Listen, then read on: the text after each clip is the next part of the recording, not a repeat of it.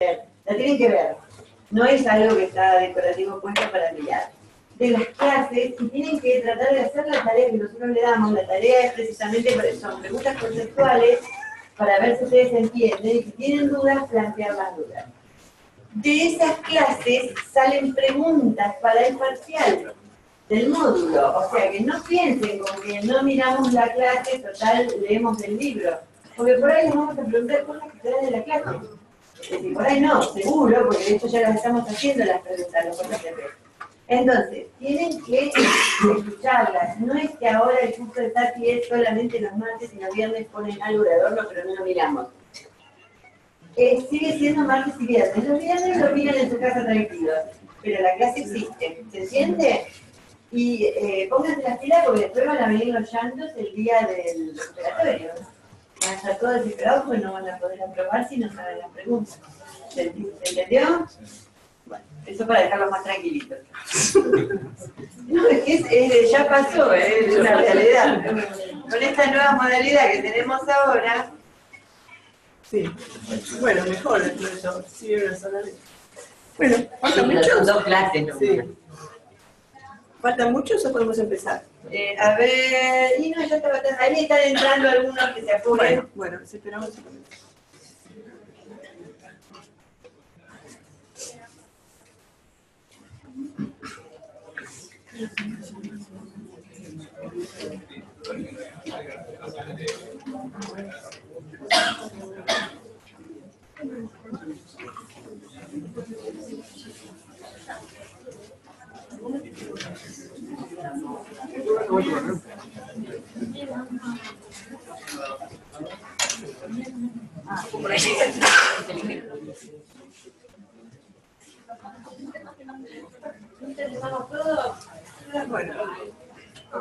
Bueno, chicos, comenzamos entonces. Hoy vamos a hablar del síndrome de distrés respiratorio agudo. Yo soy Elisa Tensoro del Hospital San Martín de la Plata. Bueno, ustedes saben que el estrés se diferencia, el estrés respiratorio agudo se diferencia de la insuficiencia cardíaca congestiva fundamentalmente porque es un edema por aumento de permeabilidad, o sea, aparece edema pulmonar a presiones microvasculares mucho más bajas que la insuficiencia ventricular izquierda. Y la otra característica es que se trata de un edema inflamatorio. Esto es fundamental. La descripción es relativamente reciente, lo hicieron Petty Ashbaum, ustedes todos lo sabrán, sigue siendo una muy buena descripción clínica.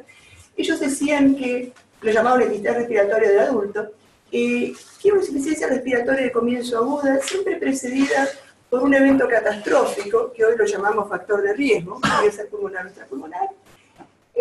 Ellos hacían estas exclusiones de EPOC, insuficiencia ventricular izquierda, fíjense cuánto más bajo, ¿no? El nivel de Welch para esa época. Pero en realidad sabemos que estas no son condiciones absolutamente excluyentes. Son pacientes que desde el punto de vista clínico están disneicos, taquipneicos, respiración laboriosa, y también característicos los infiltrados bilaterales en la placa de tórax.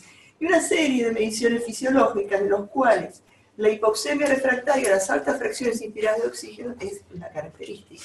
Pero también estos son, al ser pulmones edematosos, son pulmones duros, difíciles de distender, con baja compliance y con el incremento de Jun como sustrato fisiopatológico de la profunda hipoxemia que es típica del síndrome. Esta definición, la verdad que estuvo por mucho tiempo, hubo intentos de cuantificación a través de una definición que fue el score de Murray, pero la verdad que el gran cambio se dio a partir de 1994 con la definición de la Conferencia de Consenso Europeo-Americana. ¿Por qué fue esto un hito?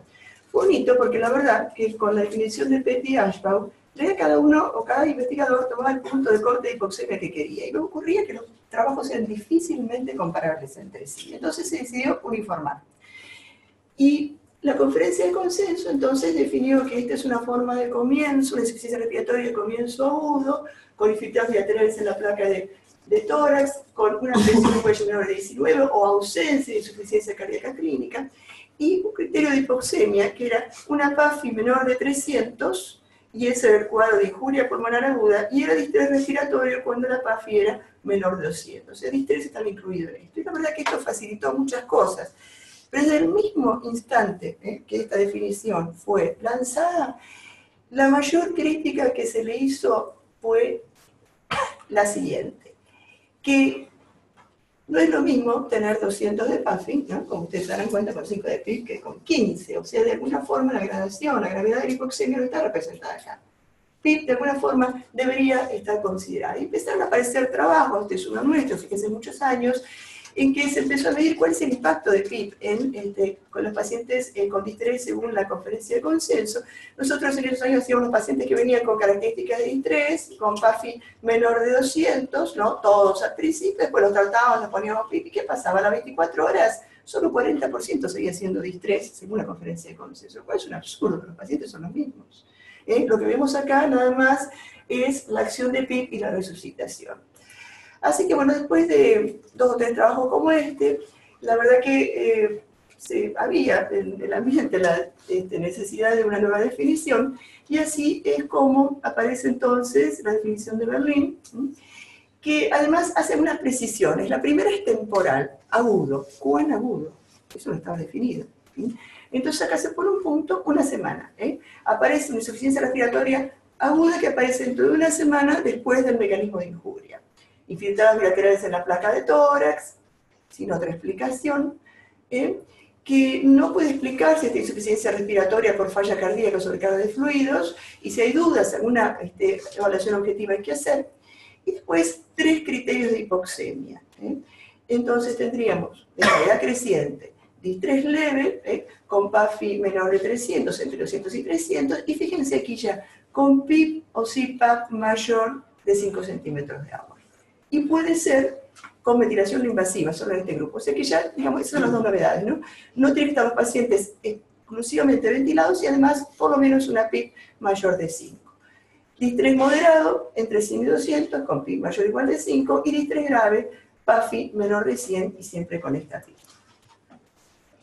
¿Qué criterios cumplía esta definición? Y en esto se fijaron mucho los investigadores. Primero, que fuera factible, porque vieron cosas que se propusieron. Por ejemplo, para diagnóstico de distrés, medición del agua pulmonar extravascular, que es espectacular, pero ¿quién la mide? Entonces, y cosas por el estilo. Entonces, se intentó que que pudiera medirse al lado de la cama del paciente, que fuera compatible con las definiciones previas, fíjense, ¿no? Estamos más o menos dentro de lo que es la conferencia de consenso, y que tuviera validez de superficie. ¿Qué significa esto? Que cuando nosotros enunciáramos esto, todos tuviéramos la idea de qué es distrés. Digamos, la validez de superficie es una validez como conceptual. Y la verdad que, bueno, la definición lo cumplía.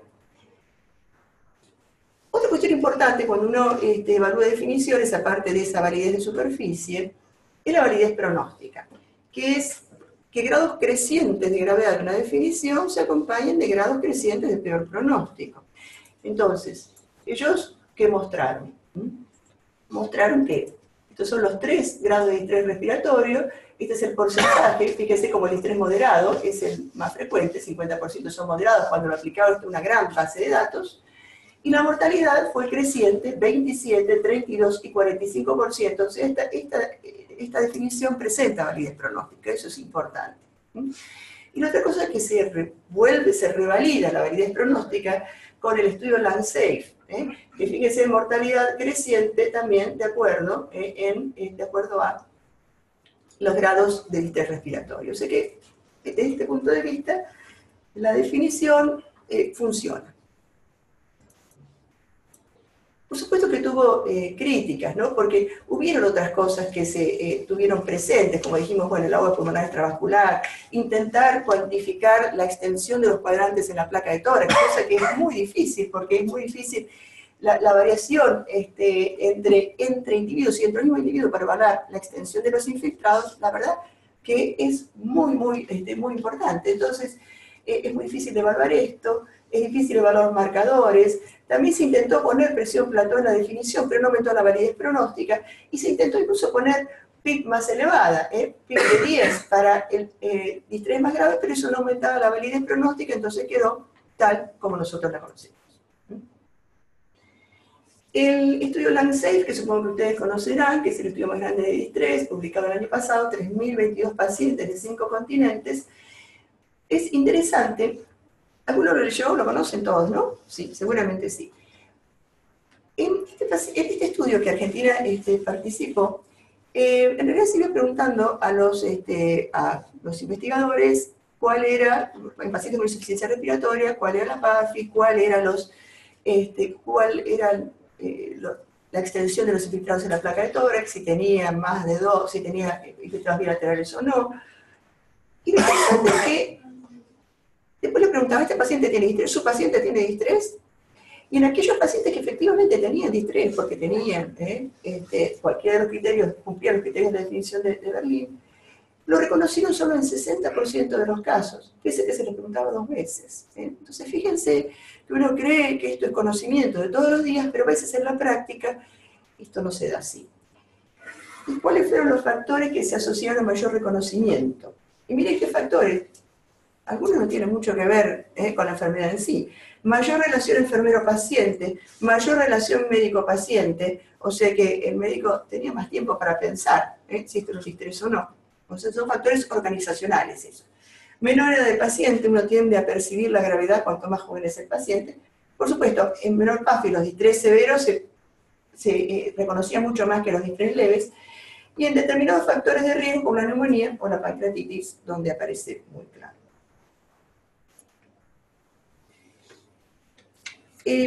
La realidad es que ustedes saben que cualquier definición en medicina debe compararse contra un gold standard. Y hay un gold standard para el diagnóstico de distrés, lo que pasa es que es difícil de medir, que es la presencia de daño alveolar difuso en la biopsia de pulmón. Imposible, ¿no? La mayoría de los casos. ¿Qué es daño alveolar difuso? Es la presencia de membranas hialinas, esas membranas rojas a microscopía óptica, más por lo menos uno de los siguientes: necrosis de células alveolares tipo 1, edema, fibrosis organizada o proliferación de células tipo 2. Este es el gold estándar. Difícilmente es medible. Pero hay estudios donde se han medido, la mayoría de estudios de necropsia. Y este es un estudio que compara la definición de Berlín con hallazgos en la autopsia y ven en cuáles casos hubo daño alveolar difuso, que se considera entonces el gold standard de distrés respiratorio, y fíjense que aún así, esto que es el blanco, el daño alveolar difuso, no estaba presente en todos los pacientes los que en vida se había diagnosticado distrés respiratorio. Era mucho más frecuente en el distrés severo. O sea que fíjense que incluso todas las definiciones son un poco ambiguas. ¿Qué se encontraban en los pulmones de estos pacientes que habían muerto con diagnóstico clínico de distrés? Bueno, se encontraba neumonía, que esto también es una cuestión, bueno, neumonía, si tiene comportamiento clínico de distrés, uno dice que es distrés. Así que, bueno, esto podría ser. Y otros diagnósticos, aquí está atelectasia, entre otros diagnósticos, esto se vio histológicamente, e incluso sin lesiones pulmonares. Así que hasta los gold standards son engañosos. El distrés también tiene imitadores, y a veces nos confunden. Estos imitadores son todas estas enfermedades de base inmunológica, no voy a ir uno por uno, pero en realidad cuando uno la sospecha, y en general uno la sospecha en algunas de estas porque el curso no suele ser tan agudo, pero en otras el curso sí puede ser agudo. Y bueno, son las situaciones en que uno está, digamos, o hay algún criterio como para efectuar la biopsia de pulmón en un paciente, bueno, en un paciente, no en necropsia como vimos anteriores. Entonces, en situaciones que uno sospecha que uno de los imitadores, o que no es clara cuál es la etiología del distrés, está indicado efectuar la biopsia, de pulmón, que generalmente esto se hace después de la primera semana. Y es importante hacerlo porque muchas veces esto produce cambios de tratamiento. Igual no es muy usual. ¿Cuántos de ustedes han biopsiado pulmones? ¿Alguno de ustedes ante un distrés? Bueno, yo en mi larga vida 2 veces. 2 veces. Y por suerte, uno era una tuberculosis en una lúpica. Si no lo hubiéramos inmunosuprimido monstruosamente. Bueno. Este es un problema importante, el distrés como problema de salud. Bueno, hace unos años nosotros hicimos este estudio en 4 unidades, 217 pacientes con distrés, el único estudio argentino hasta el momento. A lo largo de todos estos meses, de 15 meses, ingresaron 3.044 pacientes a 4 unidades de alta complejidad, tuvieron distrés 7 de todos los ingresos, 7%, y 18% de los ventilados. Esta proporción sigue siendo la que se encuentra en la realidad. Fíjense, acá está nuestro estudio, comparado con otros de la época, con el estudio ALAIR, que es una encuesta europea, prácticamente los mismos números, y miren con el LandSafe, 10% de las admisiones a UTI siguen siendo distrés y 23% de los ventilados, un cuarto de los ventilados. O sea, es un problema de salud. Sí es cierto que parece estar disminuyendo.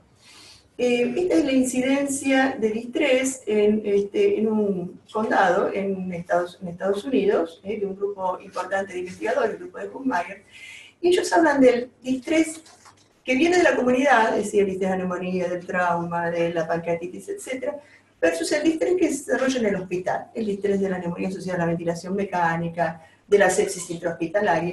Y ellos ven que va cayendo a lo largo del tiempo, y ellos atribuyen, ¿no? Obviamente. Ellos atribuyen a que, bueno, ¿a qué lo atribuyen? A la ventilación protectora, obviamente, a la antibioticoterapia precoz para el shock, a la leucorreducción y transfusiones, que nosotros no hacemos, y a la resucitación precoz. O sea que habría una tendencia entonces a que todas estas medidas actúen preventivamente. ¿Cuáles son entonces esos eventos catastróficos de los que hablaban Petty y Ashford? Para nuestro estudio, 48% sepsis, de los cuales la neumonía era la etiología más frecuente, seguido por shock, trauma múltiple, aspiración, que esto es más o menos lo mismo en todas las series, el trauma varía, la aspiración es más o menos lo mismo, y luego una cantidad muy importante de otras causas misceláneas. En el mundo, igual. Estos son todos los estudios epidemiológicos de distrés, en todos estos la neumonía fue la causa más frecuente de distrés, salvo en 2, que fueron las sepsis de origen intraabdominal, y en el estudio LandSafe también la neumonía a la cabeza como causa de distrés. No siempre fue así. Este estudio nosotros lo hicimos en los años 80, y miren cuál era la causa de distrés en ese momento. El aborto séptico, la neumonía casi ni aparecía. O sea que esto es dinámico, ese es un poco el mensaje, ¿no? Y esto es otra cosa importante, porque uno se queda con la cuestión de la neumonía, pero hay factores de riesgo para el estrés y este grupo, que no es el grupo de Huffmayer, lo siguió pacientes con trauma, aspiración de contenido gástrico. Bueno, ¿cuán frecuentemente hacen distrés estos pacientes? Y un promedio del 7%. De todos esos que hacen distrés, ¿cuáles son los factores que con más fuerza se asocian a la generación de distrés? Y fíjense, acá están los factores de riesgo y acá está el porcentaje de pacientes que desarrollan distrés. El más fuerte, la inhalación de humo. ¿Qué significa esto? No es frecuente inhalación de humo, pero cuando hay, 25% desarrollan distrés. El segundo, el shock. De los shock, el 17% desarrollan distrés. ¿Y la neumonía? Está acá. ¿Qué pasa con la neumonía? Solo el 8% de la neumonía desarrollan distrés. Lo que pasa es que la neumonía es tan frecuente. Por eso es la causa fundamental. Pero el mensaje es que ustedes tienen que estar atentos, no solamente a la neumonía en general, pero estén atentos fundamentalmente al shock como causa importante de generación de distrés. Esto por supuesto también, pero bueno, la verdad que es infrecuente, ¿no? La aspiración de humo. O sea, el shock y la neumonía. ¿Qué otros factores de riesgo más recientemente descritos de los que vimos? Uno es la obesidad, que esto apareció en la pandemia por H1N1, en Estados Unidos se empezó a observar. No es muy claro por qué, no se sabe si es por cuestiones mecánicas, de lo que más se piensa, o que sea un aumento de mecanismos proinflamatorios. La verdad es que no se sabe, pero lo cierto es que, bueno, esto fue desarrollado. Nosotros, durante la pandemia, también estudiamos los pacientes con distrés ventilados mecánicamente en la Argentina. Este fue un estudio multicéntrico publicado en el Blue Journal, y fíjense lo siguiente. La obesidad. Nosotros en todos estos pacientes encontramos 24% con neumonía por H1N1 ingresados a terapia intensiva. Encontramos solamente un 24% de obesidad de nuestra población, que es la misma que la prevalencia de la población argentina, o sea, para nosotros no fue un factor de riesgo. Y entre vivos y muertos, la incidencia de mortalidad fue la misma. La prevalencia, perdón, de mortalidad fue la misma. O sea, para nosotros no funcionó tanto como factor de riesgo. Y después, esto es muy importante, hay factores de riesgo que son ocultos, que son genéticos, y probablemente vinculados a genotipos proinflamatorios, como en la sepsis. Esto se desconoce. Hay muchos estudios que intentan demostrar esto y seguramente algo va a aparecer. Bueno, vamos entonces a algunos aspectos fisiopatológicos. ¿Ustedes me escuchan bien? ¿Los de atrás también? Bien. En realidad, podría haber dos fases fisiopatológicas en el distrés profundamente imbricadas, porque no es que empieza una y cuando termina, sigue la otra. Pero el distrés precoz, lo que más predomina es el impacto, ¿no?, del mecanismo de injuria. Entonces, el edema, la inflamación y el colapso, sobre todo en zonas dependientes. Entonces, un poco lo que hablábamos hoy, bueno, sea un factor de riesgo que provenga desde las vías aéreas, como neumonía, aspiración de contenido gástrico, humo, lo que fuere, o que venga por vía sistémica, como sepsis, trauma, pancreatitis aguda, la clave es la activación de los macrófagos. Se activan macrófagos que son proinflamatorios y sistemas macrofágicos al mismo tiempo que son antiinflamatorios, que intentan un poco limitar este daño. Pero los macrófagos lo que hacen, entonces las células rectoras de la inflamación liberan TNF, interleuquina 1, y bueno, se arma toda esta, o se activa toda esta cascada proinflamatoria que termina en aumento de la permeabilidad vascular, pasaje de líquidos, células, mediadores de inflamación, desde los vasos hasta el intersticio, hasta los alvéolos, inundación alveolar, formación de membranas hialinas por precipitación de proteínas plasmáticas e inundación alveolar y todo lo que nosotros conocemos, ¿no? Entonces, fisiopatológicamente esto es lo que ocurre. Pero insisto, al mismo tiempo que esto se activan mecanismos de limitación del daño. Del grado en que del daño que ocurra será la posibilidad de reparación. La inflamación es absolutamente difusa, pero nosotros hace unos años pensábamos, cuando veíamos las placas de tórax, que, digamos que mecánicamente el pulmón se comportaba de una sola forma, que la injuria era difusa, ¿no? Así como la injuria química o la injuria por mediadores era inflamatoria, era difusa, también lo era lo que le pasaba a la estructura del pulmón. Esto hasta que vinieron los estudios tomográficos de Gattinoni. Nos encontramos con sorpresa, con una cosa totalmente diferente. Esto es del mismo paciente. Entonces, lo que parecía 4 cuadrantes, en realidad lo que esconde es una profunda heterogeneidad regional, entonces con tendencia de localización de infiltrados a las partes más dorsales, pero también infiltrados en todas partes, zonas que parecen normales, incluso en los casos graves, las zonas normales pueden llegar hasta ser 1/3 del pulmón normal, constituir 1/3 del pulmón normal, lo que se llama baby lung, en los distrés los distrés muy graves. Entonces, la clave es la heterogeneidad, o sea, si bien entonces hay uniformidad desde el punto de vista inflamatorio, desde el punto de vista mecánico, lo que encontramos es una gran heterogeneidad. Ustedes piensen entonces que uno ventila a los pacientes y ventila y tiene que ventilar esto, o sea, tiene que intentar abrir esto, mantener esto y no sobredistender las porciones ventrales. Un poco esquematizando lo que vimos recién, ¿no?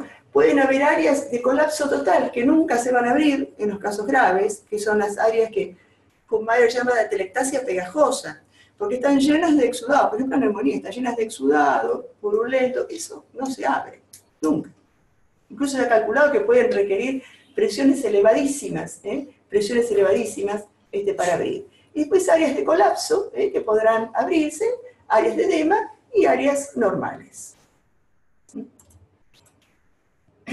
Entonces, esquematizando esta cuestión, la realidad es que los que más sufren son los alvéolos del área dorsal, porque ellos tienen que sufrir todo lo que se llama la presión superimpuesta de las estructuras que están por arriba de ellos, particularmente empezando por la de la gravedad, ¿no? Pero también tienen que sufrir el peso de las estructuras cardíacas y se encuentran prácticamente, como dicen muchos autores, sandwichados estos alvéolos entre el corazón y la columna, que es obviamente una estructura inextensible.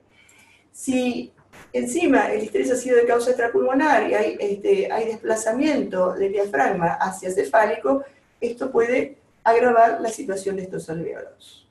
Y para empeorar las cosas, por cuestiones anatómicas, la circulación pulmonar se encuentra mucho más distribuida, o mayormente distribuida en las áreas ventrales. Entonces, fíjense que esto es claramente shunt intrapulmonar, ¿no? Esto es shunt. Aquí es donde ocurren los más trastornos severos de la oxigenación. Pero bueno, esta es una visión. Recuerden además que el pulmón está rodeado por la pleura y rodeado además por la caja torácica, que tiene su propia mecánica y estructuras. Entonces, esto funciona como una unidad. Entonces, a este pulmón, claramente injuriado, nosotros, encima, le aplicamos la ventilación mecánica. Y la presión que desarrolla la ventilación mecánica es el estrés. El cambio de volumen que genera la presión mecánica sobre una estructura es el strain. El estrés entonces es una presión. La presión que se desarrolla en estas estructuras, donde aplicamos esta terrible fuerza de distensión que es la ventilación mecánica. Y el strain, dijimos que es un cambio de volumen generado por la presión aplicada.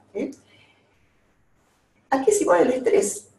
La verdad que el estrés es igual a la presión transpulmonar, porque si bien el respirador aplica esta presión en parte, y la aplica e intenta abrir las estructuras pulmonares, en parte esta presión se disipa, porque el pulmón no se puede insuflar sin límites. Hay estructuras que contienen entonces el movimiento pulmonar, como es la caja torácica. La pleura caja torácica. Entonces, parte de esta presión transpulmonar se disipa contra la pleura y la caja torácica. Entonces, en realidad, cuando uno habla del estrés o presión transpulmonar, no solamente tiene que tener en cuenta la presión en la vía aérea, que es la que pone el respirador, sino esta presión, de alguna forma, que está conteniendo, que está impidiendo la expansión pulmonar, que nosotros no podemos medirla como tal, pero cuyo análogo más representativo sería la presión pleural, que tampoco puede medirse al lado del paciente. Se puede medir en condiciones experimentales y además presenta varios problemas en su medición. La verdad que lo que mejor podemos hacer, o como más podemos aproximarnos a la presión pleural, es con la colocación de un balón esofágico en el tercio medio del tórax, y entonces de esa forma podríamos calcular el estrés, que es la presión transpulmonar, que es la verdadera presión de distensión del pulmón. Con respecto al strain, el strain es un cambio de volumen generado por la presión aplicada. El cambio de volumen es el volumen corriente. ¿Por qué un cambio? En realidad porque es el cambio de la situación basal hasta fin de inspiración. Ese es el cambio de volumen. Entonces, estrés, cambio de presión o aplicación de una presión, y strain es el cambio de volumen. Y respectivamente son medidos como presión transpulmonar y presión y volumen corriente. Estas fuerzas del respirador, que aplica el respirador, que son fuerzas terribles para el pulmón, se disipan en dos tipos de estructuras. Una que es la de las fibras del colágeno pulmonar, que son inextensibles. Entonces, esas son las que marcan la capacidad pulmonar total. Si nosotros ponemos una presión, de modo que es mayor de la presión de capacidad pulmonar total, esto se rompe. Eso es 60 centímetros de agua. Nunca ponemos más de 60 centímetros de agua. Entonces, esta es la contención, la red, el esqueleto, el verdadero esqueleto del pulmón. Y este es para decirlo así, el esqueleto extensible del pulmón, la red elastina, que se encuentra sobre todo rodeando los alvéolos, y es la que durante la inspiración, durante el ciclo respiratorio, es la que puede elongarse hasta 1,5 veces su longitud. Y si se elonga más de 1,5 veces, se rompe. Y esto se llama Billy, ¿no? Que no han tenido la clase, creo yo, ustedes. Bueno, igual idea tienen, obviamente, ¿no? Pero lo ideal siempre es que ponga la clase de Billy antes que esta. Todos los años yo digo lo mismo. Sí, nunca me morillo. Bueno, entonces, estas son entonces las dos estructuras sobre las cuales el estrés, la fuerza de distensión de la ventilación mecánica se apoya. La red de colágeno y la red de elastina. ¿Y dónde están? Vosotros, ustedes saben, la Billy es el daño de las células epiteliales y endoteliales del pulmón.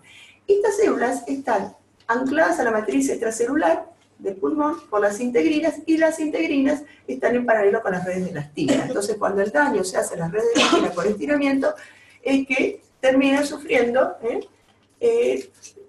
las células epiteliales y endoteliales. Entonces, cuando existe un aumento no fisiológico de estrés o de strain, ¿qué ocurre? Estas fuerzas mecánicas aplicadas por un mecanismo no muy bien conocido que se llama mecanotransducción generan aumento de actividad inflamatoria. Y eso es bíblico, que lo verán en más detalle adelante. Ahora, ¿qué es un aumento no fisiológico del estrés y el strain? Ya la ventilación mecánica por sí misma es no fisiológica, ¿no? Por eso, últimamente, la ventilación con volúmenes corrientes de 5 o 6 mililitros kilo tiende a ser más fisiológica, pero yo soy de la época cuando yo empecé, estábamos con 12, 15 mililitros kilo, así que imagínense lo que era eso. Bueno, entonces, esto es lo que hace el aumento no fisiológico del estrés y strain. Entonces, ejemplos claramente, el volutrauma y el teletrauma, es decir, la injuria por sobredistensión, que es una injuria de fin de inspiración, y el colapso repetitivo atelectrauma, que es una injuria de fin de inspiración. Pero también, y esto es algo que se le está dando mucha importancia últimamente, es a los elevadores y multiplicadores de estrés, la injuria no homogénea. ¿Qué es esto? Que cuando hay zonas de atelectasia, las zonas contiguas a esas áreas atelectásicas sufren notoriamente el estrés de la ventilación mecánica. Sufre mucho más porque toda esa fuerza que no puede distender a las áreas atelectáceas, porque no es suficiente, se concentra en estas áreas próximas de colapso o de consolidación. Entonces, esas áreas se consideran elevadores y multiplicadores de estrés. O sea, entonces fíjense que no solamente tenemos los mecanismos clásicos de Dili, sino esta cuestión de la injuria no homogénea del estrés respiratorio. Entonces, la fuerza inicial aplicada a un pulmón en esas zonas puede llegar incluso a ser mucho mayor que la calculada o que la correspondiente, ¿no? Bueno, ¿y cómo monitoreamos el estrés y el strain en un paciente con distrés? Usualmente, el estrés es la presión plató, porque no podemos medir la presión transpulmonar, ¿no? Y el strain es el volumen corriente, el cambio de corriente. Entonces, recuerden, estrés es una presión, strain clásicamente es un volumen. Y el volumen corriente estandarizado por el peso corporal ideal. ¿Cuánto se monitorea esto? Vamos a ver el estudio LungSafe, de nuevo, que se vieron, como dijimos, acá 2.377 pacientes en todo el mundo, y vamos a ver, monitoreo del estrés, de la presión plató. Y vamos a ver el total, ¿no? ¿En cuántos pacientes de estos 2.000 y pico se midió la presión plató en todo el mundo? 40%. Fíjense. Ahora, si uno mira, obviamente donde más se midió es el distrés grave. ¿Cuánto era esa presión plató cuando se midió? Bueno, por suerte era menor de 30 siempre. Pero fíjense que aún en el distrés grave solo 40% de los pacientes tuvieron presión plató medida. Vamos al strain, el volumen corriente. 7,6 mililitros kilo. No es ventilación protectora. No es ventilación protectora. Y fue el mismo, aún en el distrés grave. Vamos a ver cómo reiteradamente estos hallazgos aparecen. ¿Y qué PIB se utilizó en todo el mundo? 8,4 media de PIB, un poquito más alta del distrés severo. Es difícil lo que uno piense que es la ventilación ideal en el distrés, ¿no? Distinta, perdón. Pero esto es lo que hay. Y cuando uno mira desde este punto de vista, si la ventilación protectora es 6,5 y menos de 30 de plató, solo de acá para acá, estos son los pacientes que están en ventilación protectora, todo lo demás, así se ventila el estrés en el mundo. Es terrible. Entonces, dijimos 30, ¿no? La presión plató de 30 es lo que se conoce habitualmente como límite superior para la ventilación protectora, a grandes rasgos. ¿Y dónde viene ese 30? ¿Ese 30 es seguro? Este parámetro clave de 30. Viene un estudio tiene muchos años, algunos de ustedes por ahí no habían nacido, que es el estudio de Parker, en el cual ellos miden, esto es un estudio experimental, en ratas, de aumento de presión en la vía aérea y medición de agua pulmonar extravascular, o sea, de edema pulmonar. Y fíjense a partir de cuándo, y esto es lo que mide es presión pico, en este momento en lo que se medía más, arriba de 30 aumenta de forma marcadísima el edema pulmonar. De ahí viene la primera vez que se habla de ese 30. Pero ese 30 fue también claramente confirmado en el estudio de la IR10 Network, donde esto es una reanálisis del estudio de la IR10 Network, donde ellos ven la presión plató del día 1 versus la mortalidad, y fíjense cómo a partir de los 30 la mortalidad aumenta de forma marcada. O sea que el 30 es un valor que no viene de la nada. Pero a veces uno dice, bueno, 30 y estoy tranquilo. Miren, este estudio es muy gráfico mostrando esto. Este grupo de investigadores tomografiaron y dos grupos de estrés, uno que ellos llamaron más protegido y uno menos protegido. Uno ya ve acá, ¿no?, claramente que esto está bastante peor, ¿no? Lo verde es atelectasia, lo azul es aireación y lo rojo es hiperinsuflación. Entonces, fíjense, fin de expiración y fin de inspiración, casi no hay cambios. La parte de atelectasia no se abrió, pero es poco. Esto la verdad que está mejor. Ahora miren esto, fin de expiración, ¿no? Fin de expiración, la mitad del pulmón atelectasiado, y luego del fin de inspiración, está todo el volumen corriente adentro. ¿Dónde va el volumen corriente? Obviamente que no va a poder abrir estas áreas profundamente atelectasiadas. Y va donde puede, donde lo deja la diferencia de presiones, que es acá a sobredistender los alvéolos ventrales. Entonces esto pasa en el estrés severo. Lo curioso es que en ambos casos, fíjense, acá la presión plató era menor de 30. Con lo cual el mensaje es que todos tuvieron, obviamente peor, mayor mecanismo inflamatorio, etc. Con lo cual el mensaje es, 30 es un número seguro, pero 30 puede esconder profundas heterogeneidades. Entonces, manejémonos con 30, pero si tenemos esto, pensemos que hay que hacer otra cosa, aquí aparte de hacer ventilación protectora. Y un poco refrendando esto, de nuevo, un estudio parecido, esto es también, fíjense, un estudio tomográfico, fin de expiración, entra volumen corriente, áreas atelectásicas, áreas aireadas, esta zona roja que sería la zona de reclutamiento cíclico, el área de telectrauma, y le hacen un PET estos investigadores. Y esto es alta actividad inflamatoria, son con leucocitos marcados, alta actividad inflamatoria. ¿Y dónde está? En las áreas de telectasia. Ellos esperaban encontrarlas en las áreas rojas de reclutamiento cíclico, pero no. Estas áreas de telectasia son de profunda actividad inflamatoria. Y adivinen que, ¿cuándo aparece? De forma marcada, también a partir de los 22, 25 de presión plató. O sea que el 30 es un número, pero bueno, no olvidar que puede estar escondiendo mayor gravedad de la que pensamos, sobre todo el estrés severo.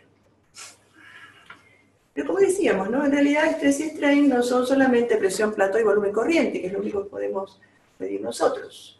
Habíamos dicho ya el estrés, que era la presión transpulmonar, que es la diferencia entre la presión en la vía aérea y la presión pleural.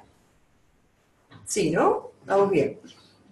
Pero cuidado, por presión en la vía aérea hay dos, ¿no? Presión de fin de inspiración y presión de fin de expiración. Entonces, ¿cómo es eso? Perdón, acá me olvidé de comentar que como presión pleural no la podemos medir, medíamos, o está disponible la medición de la presión esofágica por medio de un balón. Entonces, la presión transpulmonar de fin de inspiración es la diferencia entre la presión plató y la presión esofágica. Y la presión pulmonar de fin de expiración es la diferencia entre la PIP y la presión esofágica. Entonces, este es el verdadero estrés y este es el verdadero estrés. Este es el verdadero estrés, de fin de inspiración y de fin de expiración. ¿Por qué es importante esto? Porque piensa lo siguiente, ¿no? Supongamos que nosotros estamos ventilando con 25 de presión en la vía aérea, tenemos y 10 de PIB. Pero resulta que ese paciente es un obeso. o tiene una presión, o tiene una compliance de la caja torácica muy disminuida porque está muy edematizado, o tiene un brutal derrame pleural bilateral. Esos 25 de presión, hacer 25, es lo que yo pienso, es lo que yo pongo con el respirador, pero gran parte de eso se va a disipar, porque el cálculo importante de la presión de distensión es la diferencia entre lo que yo pongo con el respirador y lo que hay impidiendo esa distensión, que es la presión pleural y todas las cuestiones que pueden modificar. Eso tanto en inspiración como en expiración. Ahí vale lo mismo. Yo puedo tener 15 de PIB, y estamos en lo mismo. Pero si yo tengo un gran derrame pleural, esos 15 de PIB probablemente no sean 15, sean mucho menos. Porque la verdadera presión es la presión, es esta, es la diferencia entre la presión de fin de expiración y la presión esofágica, que es lo que trata de ser o reflejar la presión pleural y así poder calcular la presión transpulmonar. Es claro esta cuestión. Yo insisto con esto por lo siguiente, porque es el lenguaje de la actualidad, el estrés y el strain. Y ustedes conocerán muy bien esta cuestión, ¿no?, de la titulación individualizada de PIB en base a la presión transpulmonar. Porque ¿para qué pone el valor esofágico? Es justamente para esto, para la medición o para la titulación de PIB, para una titulación certera de PIB. Después vamos a ir a esto en la segunda parte de la charla, pero de alguna forma Talbot metió esta cuestión de la titulación de PIB en base a la presión transpulmonar de fin de expiración, calculándola, ¿no? Calculándola. PIB menos la presión pleural. Esa es una presión deseada, debe ser por lo menos mayor de 10, la PIB, como meta. Y Talbot calculó esto comparándolo contra control, es decir, o tomó un grupo de pacientes y calculó la presión transpulmonar de fin de expiración para titulación de PIB, lo comparó con un grupo de pacientes, controles, y bueno, encontró cosas interesantes, después lo veremos. Pero lo importante es que ahora se está haciendo un estudio multicéntrico, repitiendo este protocolo de Talbot, a ver si esta es la forma más fisiológica, lo sería, de titulación de PIB. Habíamos dicho que strain es el cambio en el volumen, y que nosotros, la forma que la medimos es el volumen corriente estandarizado por peso corporalidad, ¿sí? Pero otra forma de medir el strain es el driving pressure. Porque por más que strain es un volumen, ustedes piensen que el driving pressure, que es la diferencia entre la presión plató y la PIB, es el cambio de volumen, o representa el cambio de volumen durante el ciclo. Entonces la medición del strain, lo habitual, es el volumen corriente, pero otra forma de medirla más certera es la diferencia entre la presión plató y la PIB o driving pressure. ¿Por qué es importante la driving pressure? Porque la driving pressure, en este estudio, que fue cuando se juntaron todos los estudios en los cuales se comparó los volúmenes corrientes altos y bajos, en este estudio lo que se observó es que, y aquí tenemos, en este eje tenemos la driving pressure, y esta es un estudio, estos son gráficos de difícil comprensión, porque acá tenemos un odds ratio de mortalidad ajustado por un modelo. Pero bueno, lo que se observa claramente, digamos sin mucha historia, es que el aumento de la driving pressure se asocia con un aumento del riesgo de la mortalidad ajustada por otras cosas. Pero claramente las driving pressure menor de 15 se asocia entonces a un mejor pronóstico. Por eso es importante la driving pressure, y en realidad recuerde que la driving pressure está representando el cambio de volumen o strain. De hecho, hasta en este estudio lo plantean en la discusión. Y estos hallazgos de Amato también fueron reconfirmados en el estudio Lancet. Fíjese la diferencia de driving pressure, ¿quién sobrevive más? Aquellos que tienen driving pressure menor de 14. Sé que es un parámetro también a seguir. Menor o igual, perdón, ¿no? Hace muchos años en el trabajo nuestro, nosotros también medimos la driving pressure. Y vimos que de forma consistente era el parámetro que mejor diferenciaba entre los vivos y los muertos. Fíjense acá los muertos driving pressure elevado versus los vivos, cosa que no encontramos ni con la presión plató ni con la PIB.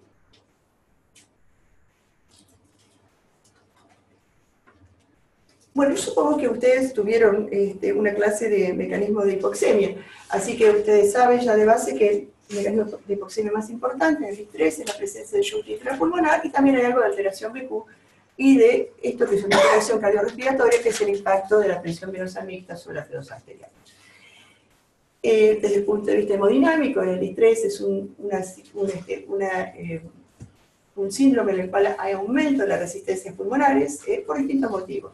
Liberación de mediadores, vasoconstricción hipóxica, lesiones histológicas al estrés tardío, pero también hay un impacto directo de la ventilación mecánica, directo, y de las elevadas fracciones de oxígeno que se transmite directamente a los vasos pulmonares y puede producir lo que se llama capillary stress failure, que es otro de los mecanismos de Billy, ¿no? el daño endotelial vascular.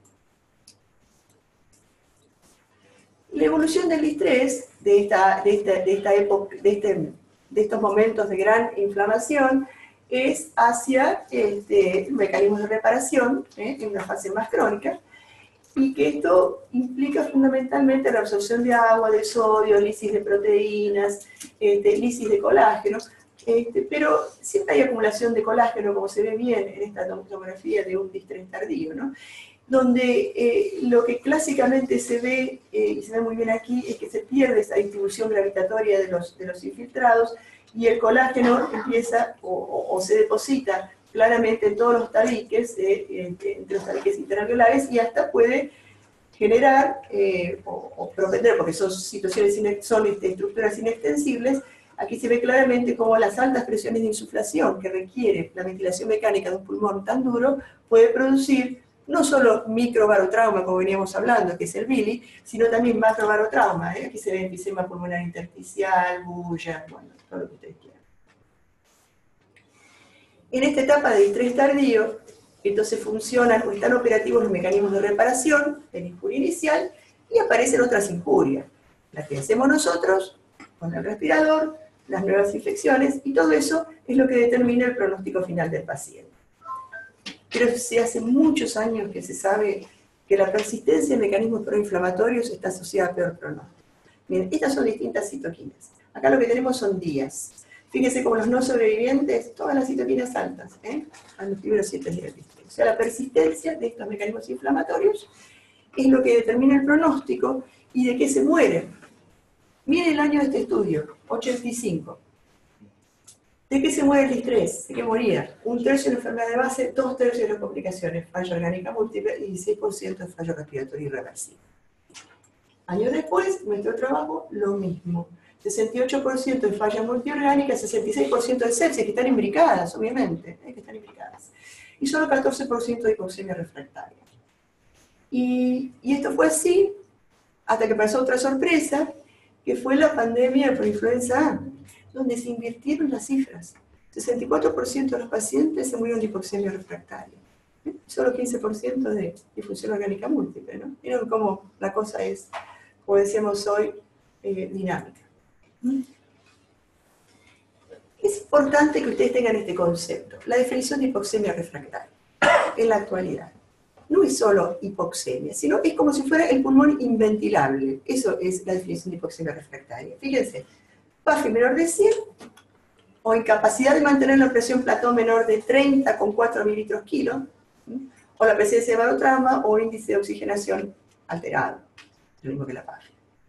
O otra, PAFI menor de 60 por lo menos 1 hora, pero también acidosis refractaria, barotrauma refractario. O sea que el concepto de hipoxemia refractaria en la actualidad no es solo hipoxemia, sino puede ser acidosis, barotrauma, etc. Y como estamos hablando de mortalidad, es importante que tengan este concepto, que este es nuestro estudio, pero todos ven lo mismo, que al estrés que peor le va es al que está asociado al shock, y al que mejor le va es al estrés del trauma. Nos sorprendamos que los pacientes con trauma les vaya bien, que es lo como tiene que ser. ¿Hay predictores de mortalidad? Sí, esto es un resumen de muchos predictores que hay. Si ustedes ven, no voy a ir a todos, pero vean, edad, ¿no? falla orgánica no pulmonar, enfermedad hepática crónica, y esto vuelve a aparecer cirrosis, MODS, cirrosis, PAFI baja. O sea que, ¿qué quiero decir con esto? McCabe Score, que es un score de comorbilidades, inmunosupresión, que ya el paciente viejo, que tiene patología preexistente, ya viene con una carga elevada de mortalidad. Eso se manifiesta, a veces se ve SAPS, en la tacha, lo que sea. Después está la gravedad del estrés, ¿no? Muchos PAFI, no todos han encontrado que la hipoxemia sea un pronóstico, sea un factor pronóstico de mortalidad, pero bueno, lo que trae el paciente antes de venir y la gravedad del injuria en el momento. Pero a su vez, aparte de tener predictor de mortalidad, el estrés predice otras cosas. Predice la evolución a cronicidad. Este es un estudio nuestro donde vemos que de los pacientes críticos crónicos, el estrés fue el principal factor que llevó a la cronicidad, o lo mismo, la evolución a ventilación mecánica prolongada, que es un sinónimo de cronicidad. El estrés es la principal causa. Esto. El estrés es la principal causa de delirium, esto más reciente. Y hablando de mortalidad, esto es interesante, esto acaba de salir, es otro de los, digamos, de los subtrabajos del Lancet, que es la mortalidad, pero por zonas, por regiones. Y los que mejor le va, porque esto es sobrevida, ¿no? Estamos midiendo sobrevida. Entonces, cuanto más alto está acá, mejor es. A lo que mejor le va es esto que se llama R-World High, que es el resto del mundo high income. Esto se repite, son los países del resto del mundo, o sea, de no Europa, particularmente, concretamente Estados Unidos y Canadá, ¿no? Y fíjense que son los que tienen mejor sobrevida en el estrés. Y después están los europeos. ¿Por qué high? Porque son también de altos ingresos. Ustedes saben que los países se dividen de acuerdo al Banco Mundial, y esto, véanlo, porque aparece en todos lados, y está de recontra moda en terapia intensiva, en países de alto ingreso, de ingreso intermedio y de ingreso bajo. Los de ingreso intermedio a su vez se dividen en altos y bajos. Nosotros somos de ingreso intermedio alto, eso es Argentina. ¿Por qué está de moda ahora? Porque está de moda lo que es la terapia intensiva de los L-MIX. ¿Vieron la cifra alguna vez? L-MIX es Low Intermediate Countries, Income Countries, o sea, países de ingreso bajo e intermedio. Entonces hay toda una onda ahora de que ver cómo es la terapia intensiva en los L-MIX. Bueno, acá tenemos los L-MIX, o son los middle de los mix, que somos los verdes, que somos nosotros, y entonces a quien mejor le va es a resto del mundo, High Inc., que es Canadá y Estados Unidos fundamentalmente. Estos son los europeos, que son los azules, y después estamos nosotros los verdes, y fíjense, esto es una cosa curiosa, ¿no? Ellos mismos se horrorizaron cuando lo vieron, pero precozmente, porque esto es tiempo al evento, esto es tiempo a la muerte, en realidad tienen más sobrevida los pacientes middle, aunque hacia el final tienen más sobrevida los pacientes que están en Europa. De alguna forma, esto es para mostrar que hay determinantes del pronóstico del outcome que no se exceden en lo individual, sino que están tan fuertemente vinculados al lugar donde trabajamos, al país donde trabajamos y a las características económicas del país donde trabajamos. Esto es así para el estrés y es así para la sepsis, está demostrado. Yo sé que nosotros estamos insertos en un contexto eso mucho más alto, ¿no? Nuestros pacientes están insertos en un contexto mucho más grande. A mayor riqueza de los países, mejor es el outcome de los pacientes, lo cual parece perogrullo, pero no había sido medido nunca. Y también, y para terminar con esta primera parte, el estrés no solamente tiene un gran impacto en la mortalidad y en lo que le pasa a los pacientes inmediatamente después de la internación en terapia intensiva, sino que sigue afectando a los pacientes tiempo después que se van de terapia intensiva. Y si algunos de ustedes continúan viendo pacientes que estuvieron con distrés, sabrán que estos pacientes tienen profundas alteraciones, una gran disminución de la calidad de vida, una disminución de la sobrevida, secuelas profundas neuropsicológicas, de las cuales, por ahí no es el distrés mismo, sino es la sedación, la analgesia, la hipoxia. Las secuelas pulmonares no son tan importantes, pareciera, y grandes secuelas neuromusculares, lo cual la debilidad muscular es la más característica. La gran disminución de peso, disminución de la distancia caminada, esto es una forma de medir la debilidad muscular, y gran disminución de la calidad de vida. Y esta es la característica entonces de los pacientes con distrés a lo largo del tiempo. Hasta 5 años después, los pacientes siguen teniendo, muchos de ellos, estas profundas alteraciones. Bueno, así que terminemos la primera parte. Si quieren hacer alguna pregunta sobre esto.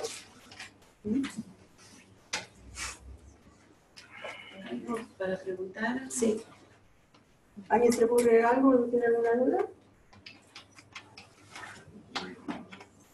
Bueno. Bueno, y 10, comenzamos de nuevo, ¿te parece? Bueno, aquí Vale. esto de los NMX lo he escuchado. El de Amico.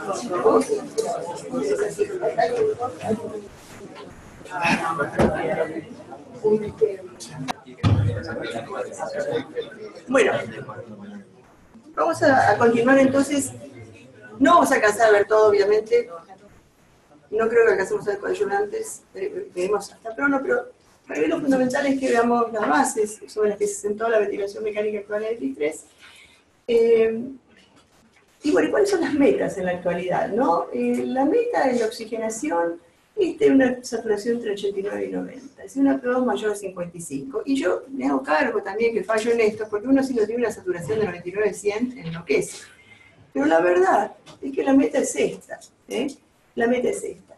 Y la meta de la ventilación es permitir eventualmente el desarrollo de hipercapnia, que puede ocurrir cuando uno utiliza volúmenes corrientes de alrededor de 6 litros kilo, ¿no? Lo que se llama hipercapnia permisiva. Estas son las metas, entonces. Una saturación mayor de 89-90 y permitir la aparición de la hipercapnia. La verdad que la forma que ventilamos hoy a los pacientes está totalmente definida, acuñada, por los conocimientos sobre injuria inducida por la ventilación mecánica, que yo no voy a entrar en esto porque supongo que ustedes lo conocen, van a tener una charla, pero recordando que hay una injuria de fin de inspiración, ¿no? Por un trauma, que también vinculada a esta está la injuria, la falla capilar por estiramiento, la injuria por altas presiones en general, ¿no? Por un trauma y capillary stress failure. Esto lo va a mostrar Gastón Muria.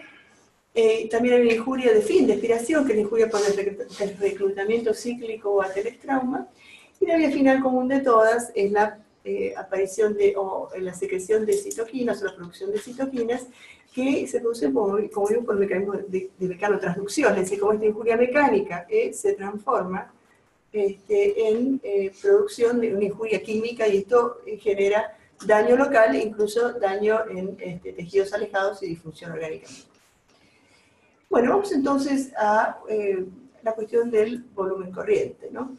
En realidad, hacia fines de los años 90 o principios del 2000, es que se planteaba esta cuestión de si la ventilación, lo que era convencional para ese momento, 8-12 mililitros kilo, estaba asociada o no a la injuria inducida por la ventilación mecánica, hasta que, bueno, hubieron varios estudios en los cuales se testeó esta hipótesis de que la ventilación protectora tenía una ventaja en disminución de la mortalidad, definiendo a ventilación protectora como 5 a 6 mililitros kilo de peso ideal o teórico, ¿no?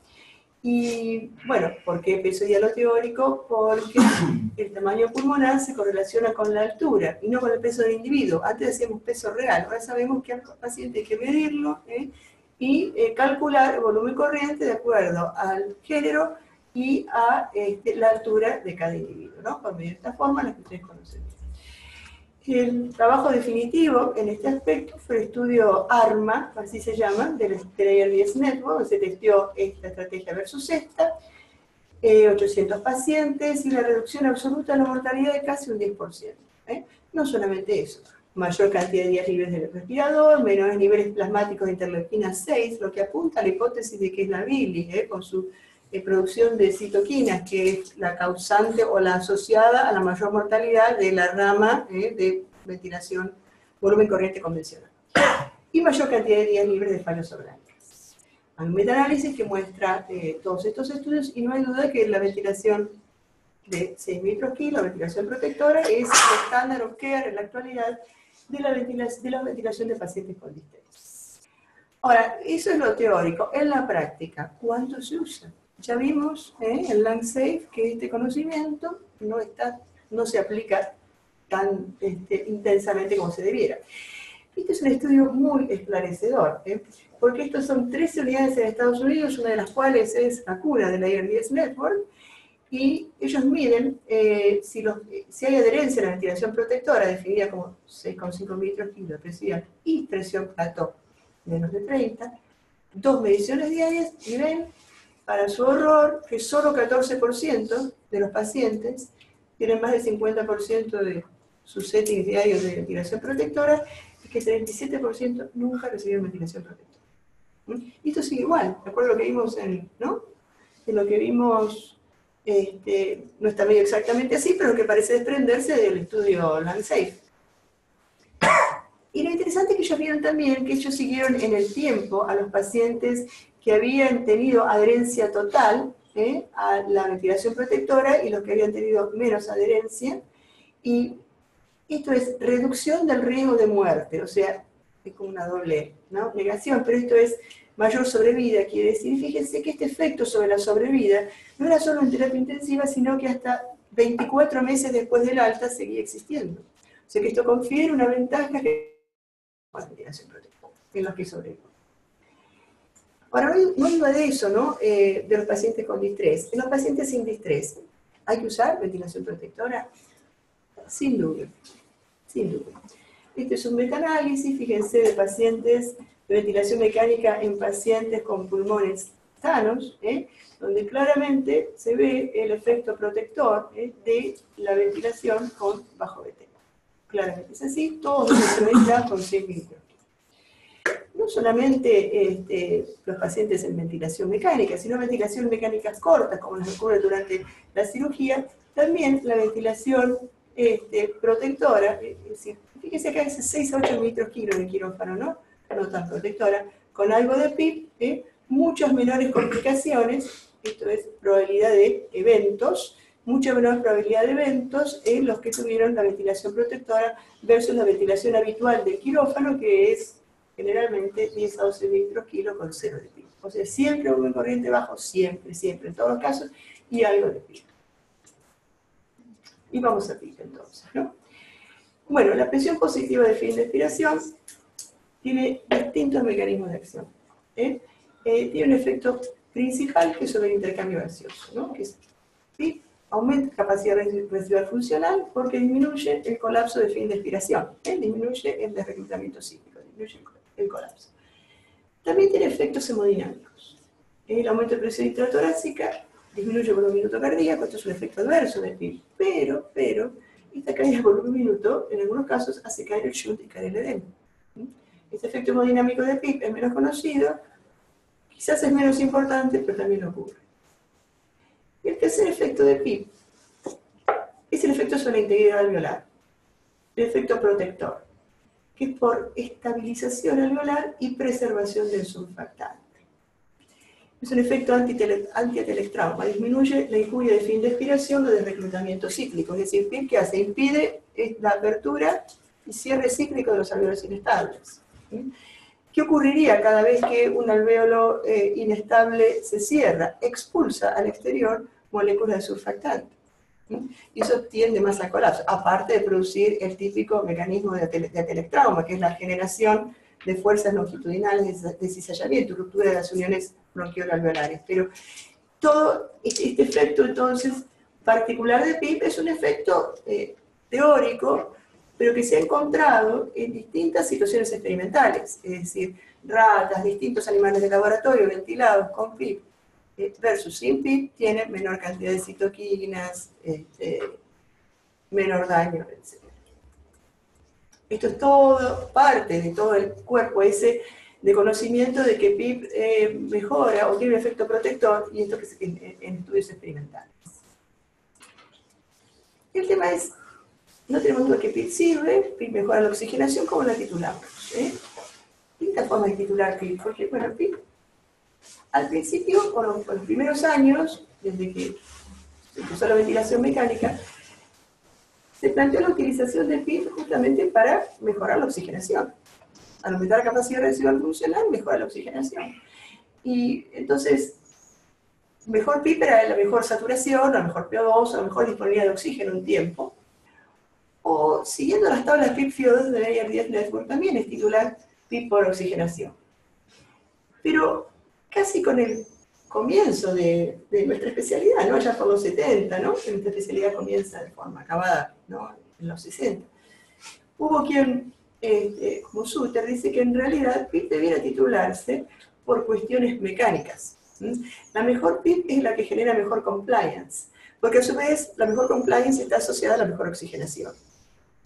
Entonces, esto es lo que plantea Suter, tan lejano como en 1975, y en la actualidad la curva PIB compliance sería un derivado, ¿no?, de esta cuestión de titulación mecánica de PIB.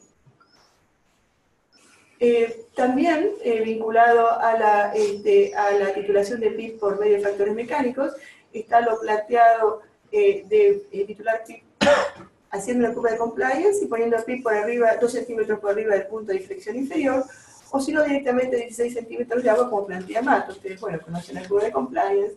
La mejor PIB sería aquella la que está por arriba, 2 centímetros por arriba del punto de inflexión inferior de la rama ascendente de la curva de compliance. Otros dicen que no, que de la rama ascendente, bueno, no vamos a entrar en esa. Pero estas son las formas de titulación de PIB propuestas, a través de la curva presión molar. Y una derivación de esto, como decíamos, es la titulación de PIB a través o a partir de una maniobra de reclutamiento, donde la mejor PIB sería entonces la que genera la mejor compliance después de una maniobra de reclutamiento escalonada. Esto, ustedes conocen la curva PIB compliance, conocen este estudio ART que se está haciendo, que ya terminó en la actualidad, en lo cual un grupo se titula PIB de acuerdo a Layer 10 Network, otro grupo se titula PIB después de esta maniobra de reclutamiento compleja. Estamos esperando los resultados a ver si efectivamente PIB titulada según la curva PIB compliance se asocia a un mejor resultado.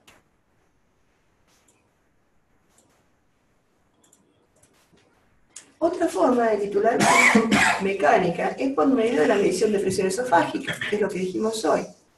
El cálculo de la presión transpulmonar de fin de expiración, donde el cálculo de la presión pleural se hace a través de, por su análogo, o se utiliza su análogo, la presión esofágica, para calcular la presión transpulmonar de fin de expiración, que sería la verdadera PIB. Otra forma mecánica de titular la PIB sería por estrés index, que eso es una forma de un cálculo que tiene algunos respiradores, algunos circuitos de respiradores. Y otra forma planteada para titular PIB, más allá del impacto en la oxigenación o del impacto en la mecánica, sería un impacto en las imágenes. Por medio de un mayor reclutamiento en la tomografía, lo cual es difícil porque implica, bueno, ¿no?, trasladar a los pacientes, o sí, en la más amigable y que se puede hacer al lado del paciente, tomografía por impedancia eléctrica, ¿sí? Medición del reclutamiento, de la aireación, después de niveles distintos de PIB. Eso es lo que está planteado como forma de titulación de PIB en la actualidad. Y ninguno es definitorio. Porque la tendencia fue a pensar que la PIB alta era mejor. Después de hacer el primer estudio de la Layer 10 Network, por lo que se planteaba en esa época, por estudios experimentales, existía la hipótesis de que la PIB elevada se asociaba a mejores resultados que la PIB intermedia o baja, que era la que se usaba en ese momento. Entonces hicieron varios estudios para demostrar esta hipótesis de la que PIB elevada era mejor. Ya estamos en la era de 6 mililitros kilo, ¿no? Esto es después del año 2000, y estos estudios, que fueron 3, el Alveolar, el LOGS y el Express, en los cuales, fíjense, muchos pacientes titularon PIB con curva, en ambos casos con tablas, en estos dos casos con tablas, en este caso con una titulación más fisiológica, le hicieron aumentar PIB hasta llegar a una plató de 28-30, y sin embargo no fue posible demostrar una ventaja en la mortalidad en la utilización de PIB más alta, sea como haya sido titulada. Así que ahí estamos. Igual se le dio una vuelta a esto, juntando a todos los estos trabajos que vimos, junto con el trabajo de Talmor que mencionamos hoy, se encontraron todos los pacientes, 1000 pacientes en grupo, prácticamente, el grupo de alta PIB, y casi 1000 también el de baja PIB, y lo que se vio, que los pacientes con distrés, entonces PAFI menor de 200, estamos en la época de la Conferencia de Consenso Europeo-Americano, entonces esto es PAFI menor de 200 distrés, y esto es PAFI sin distrés, que es injuria pulmonar aguda, PAFI menor de 300. Entonces, ¿qué ocurrió? Juntando todos los pacientes, sí se vio que los pacientes con distrés, con PAFI menor de 200, había una diferencia significativa en la sobrevida en aquellos pacientes, en mayor la sobrevida de los pacientes que tuvieron alta PIB, cosa que no se encontró en los pacientes con injuria pulmonar. Bueno, la verdad que si fue necesario hacer tanto, la señal no es tan importante, ¿no? Pero bueno, ese es el conocimiento. De nuevo, esto que les planteé hoy, un poco la tendencia, titular PIB de acuerdo a parámetros fisiológicos, que son variables en cada paciente. No hay una mejor PIB, sino hay una mejor PIB para cada paciente de acuerdo a sus características personales. Y la titulación con balón intraesofágico sería, entonces, quizás el estándar OSKEA, no lo sabemos. Hay un estudio, varios estudios que están en marcha sobre esto, ¿no? Este es el estudio de Talmor. ¿En qué se basa esto? Digamos, más allá de esto, es un estudio difícil de leer. Ustedes quieren leerlo, es muy rico para leerlo, explica un montón de cosas, pero la base de este estudio y la base de todos los estudios, que intentan titular PIB por medio de la titulación por medio de valor intraesofágico, si calculando la presión transpulmonar de fin de expiración, es por lo siguiente. Es decir, uno pone presión, el respirador pone presiones en el pulmón, pero el pulmón tiene su propia mecánica. Entonces, si yo tengo 30 de presión plató, a lo mejor es 30, pero recordemos, si ese paciente es un superobeso, quizás haya que restarle esa presión que podemos medir gracias a la presión intrapleural, que de alguna forma es recoge el dato de la presión de la compliance de la pared torácica. Entonces a lo mejor tiene 30 de plató, pero si yo calculo la presión transpulmonar de fin de inspiración y resulta que tengo una presión pleural que es de 15, es 30 menos 15, tiene 15 de plató. Y hacia fin de expiración pasa lo mismo. Yo creo que tengo 15 de PIB, ¿no? Pongo mi PIB, 15, marco eso en el respirador. Pero si el paciente tiene un bruto de la pleural, como dijimos hoy, se mide la presión del balón esofágico, ¿no? Y hasta a veces, cuando se han medido esas presiones, las presiones son mayores que la PIB. Esa diferencia entre PIB menos presión del balón esofágico, a veces es 15 PIB menos 20 en el balón. Y da valores negativos de presión de fin de expiración, que es lo que encontró Talmor. Entonces yo les recomiendo que lean este estudio, no para el estudio en sí, sino porque se entienden muy bien todas estas cuestiones que estamos hablando, que si es la primera vez que los escuchan es difícil, porque uno piensa, PIB negativa, estamos siempre arriba del 0, por supuesto, pero lo que queremos decir es lo siguiente, y este es el mensaje. Uno pone o setea presiones en el ventilador, el paciente, uno mide la plató, uno mide la PIB, pero a lo mejor lo que tiene es mucho menor que eso. ¿Y por qué es bueno eso? Porque nos permite seguir subiendo. Entonces, por ahí un paciente hiperobeso, capaz, por ahí no podemos medir la presión pleural, pero capaz que en un hiperobeso podemos tolerar presiones plató más altas. No de 30, pero quizás de 35, porque sabemos seguramente que su transpulmonar va a ser mucho menor de esos 30. Este es el estudio que está en marcha, bueno, ya tendremos o no los resultados. La otra cuestión es esta, ¿no? Que ya lo vimos. La ventilación protectora tiene claras ventajas, pero no están usadas, ¿no? Y es increíble que sea así, ¿no?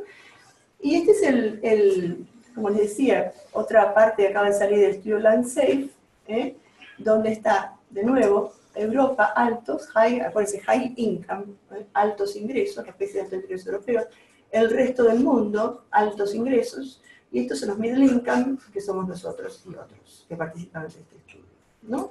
Entonces, miren, estos volúmenes corrientes, ¿no? Menor de 6, 6 a 8 mililitros kilo, 8 a 10, 10 a 12. Acá es porcentaje de unidades que cumplen con esos parámetros de volumen corriente. Entonces, menos de 6 mililitros kilo, podemos decir que están un 15% de los países europeos. Mucho más frecuente es en Estados Unidos y en Europa, podemos decirlo, ¿no? Ellos ventilan con volúmenes más bajos, más que todos los demás. Entre 6 a 8 mililitros kilo, miren, los que más estamos somos nosotros, ¿no? Más del 50% de los países middle income, de medios ingresos, ventilan con 6 a 8 mililitros kilo. 6 está bien, pero 8 no está tan bien. Y fíjense, de 8 a 10, ¿quiénes son los que más ventilan con 8 a 10? Un 35% de los países de medianos ingresos, estamos nosotros. No está muy bien. Esta es la presión plató. Presiones plató, fíjense, acá es hasta 30, ¿no? Menos de 20, 20, 25, menos 30. Bueno, la verdad que la mayoría están con presiones plató, ¿no? Menos de 30, esto es más constante, y solo unos pocos registran presiones plató de 30 a 35, pero miren quiénes son de esos los que más tienen. Y mayor de 35. Los middle income, nosotros. ¿Por qué? ¿No? ¿Por qué no lo está medido? ¿Por qué no se utiliza de forma universal la ventilación protectora? ¿No? Miles de cosas, ¿no? Porque los pacientes, cuestiones de los médicos, que no reconocen que tienen distrés, que pueden tener contraindicaciones, que hay, digamos, preocupación, que el paciente puede estar con disconfort, con taquipnea, que puede estar hipercápnico, que los terapistas respiratorios no están conformes con los bajos volúmenes corrientes, lo que quieran, pero hay miles y miles de razones que no deberían existir. Incluso, medido del otro lado, hay incertidumbre diagnóstica, hay gente que dice que no cree en esto. Y bueno, ¿no?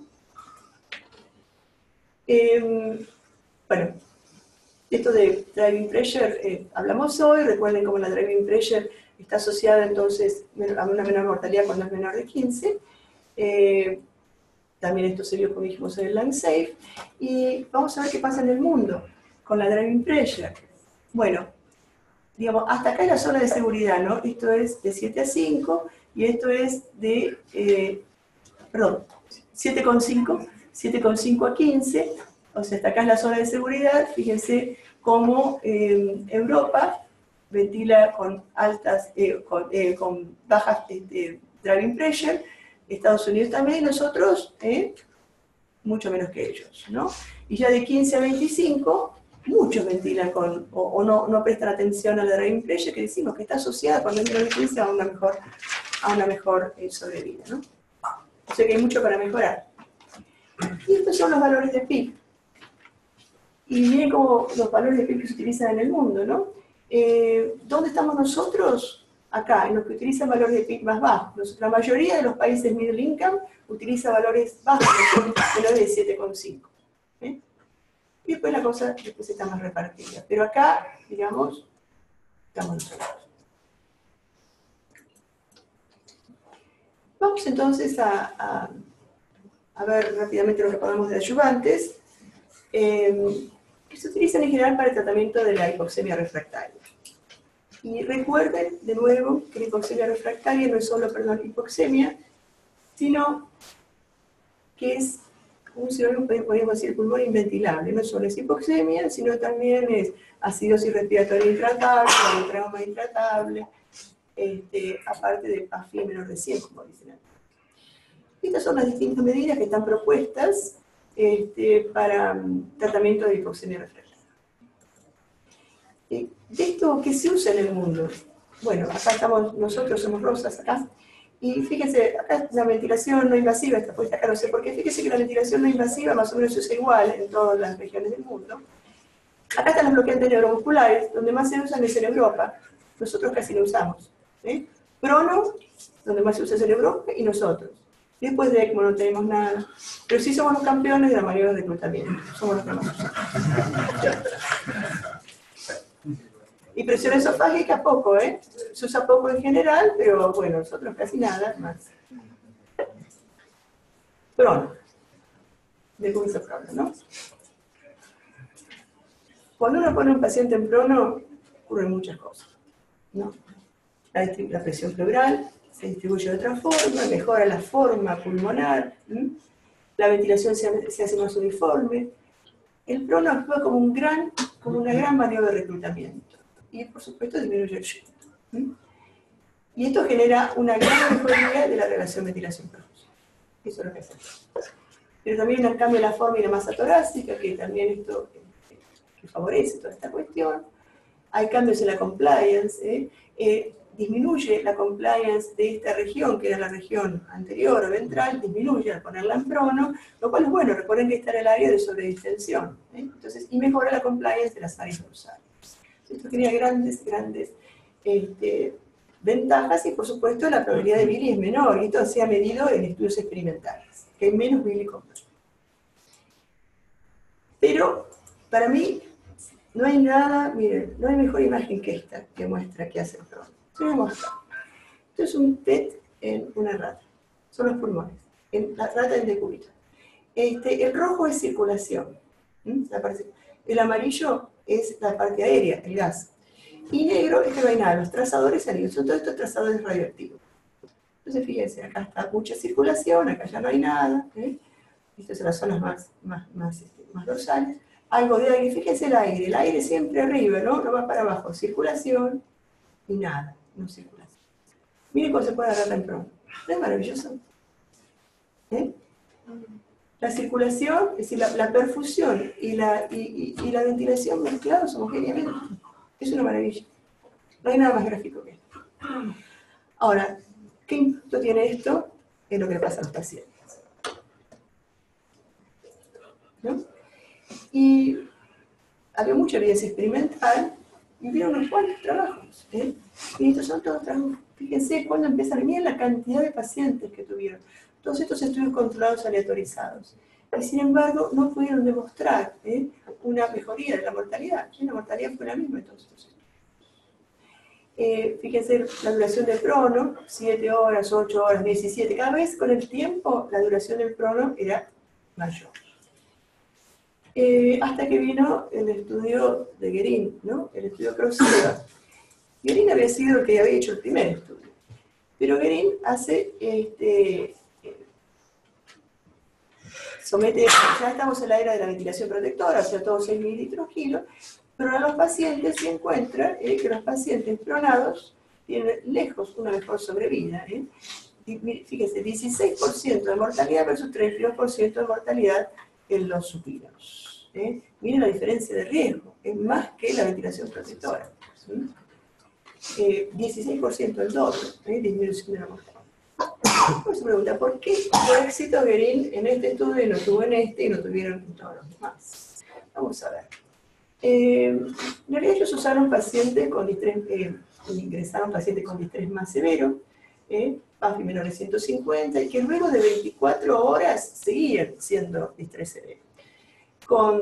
Ya usaron ventilación protectora, ni bien los aleatorizaron, fueron a prono, mucha historia y un prono prolongado, ¿no? Entonces, probablemente esto fue lo que determinó el éxito de la estrategia de Guerin. Entonces, la combinación con ventilación protectora, claramente, el hecho de que no fueron inmediatos, sino que se esperaron que los pacientes estuvieran 24 horas, o sea que fue un distrés severo persistente, porque a lo mejor ese distrés, si el paciente tenía 150, era un 150 con 60, y después a la hora mejoraba, en realidad era un distrés severo, entonces no era un paciente que valía la pena ingresarlo, sino todo lo contrario, había que esperar, que fue un distrés severo persistente. Y una vez que se decide, rápidamente aleatorizado. Entonces, eso fue probablemente lo que marcó esta diferencia del trabajo de Guerin con los previos, ¿no? Y si el tema es que todo esto no ha sido reconfirmado.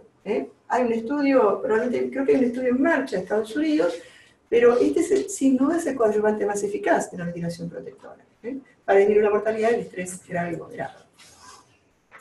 Y la verdad que hay un montón de metaanálisis de prono, este es el último, y fíjense el efecto, ¿no?, del prono, ¿no?, sobre la disminución de la mortalidad. Y este efecto se da fundamentalmente, miren acá, cuando hay ventilación protectora. En aquellos grupos o en aquellos pacientes en los cuales no hubo ventilación protectora, fíjense que el efecto del prono no aparece. Es como hay como una sinergia entre el prono y la ventilación protectora. Eso explica, como dijimos, el éxito del estudio de Guerino. Concluyendo, después vamos a las preguntas de lo que queda, ¿no? El distrés es una patología de alto impacto, ¿no? No solo para nosotros, ¿no? Sino para los pacientes cuando se van de alta y continúan con secuelas importantes luego del alta, ¿no? Y tiene un gran impacto en los costos de salud. Y es esencial esto, ¿no? Insistir en la utilización de ventilación protectora, que nosotros creemos que se utiliza y ya se demuestra claramente que no se utiliza tanto. Entonces, cuando se planteó la definición de Berlín, no sé si ustedes leyeron el trabajo, y aparece en el Intensive Care, ¿no? Este esquema donde ellos dicen, bueno, en el año 2012, seguramente este esquema de gravedad creciente del distrés se acompañará de distintas maniobras terapéuticas, pero la ventilación bajo volumen corriente, la ventilación protectora es para todos, ¿no? Para todos. El prono para más graves, y en ese momento se planteaba el ECMO, la extracción de CO2, la High Frequency Oscillation, el óxido nítrico y el bloqueo neuromuscular. Y es interesante porque 5 años después esto sigue tal cual, ¿sí? Y se ha universalizado otras patologías de bajo volumen corriente. El prono, que en ese momento no había salido, el ProSEBA, fíjense, ahora ya se plantea entonces el prono precoz, ya en este grupo de pacientes. En estos años, 2 estudios de High Frequency Oscillation demostraron que o no servía o aumentaba la mortalidad, así que esto se va. No se sabe qué pasa en el prono con los pacientes menos graves. Todavía no han aparecido estudios definitivos, controlados y aleatorizados, aunque hay uno, el EOLIA, que digan que el ECMO genera una importante ventaja en la mortalidad. Otra de las, hacia dónde vamos probablemente sea la titulación fisiológica del PIB, y quizás a la de imágenes podríamos llegar, ¿no? Otra cuestión que se plantea en la actualidad es la utilización de volúmenes corrientes ultra bajos, ultraprotectores, 3, 4 mililitros kilos, que en muchos casos estos requieren maniobras de reclutamiento o utilización de extracción de extracorpórea de CO2, porque bueno, generan importante hipoxemia. O sea que fíjense que en 5 años subieron toda una serie de cuestiones nuevas, ¿no? Vamos para adelante y ahora estamos esperando entonces el estudio de EOLIA, que es el estudio de prono, el estudio de titulación de PIB con presión intragástrica, y creo que hay un estudio, pero el EOLIA no es de prono, es de ECMO.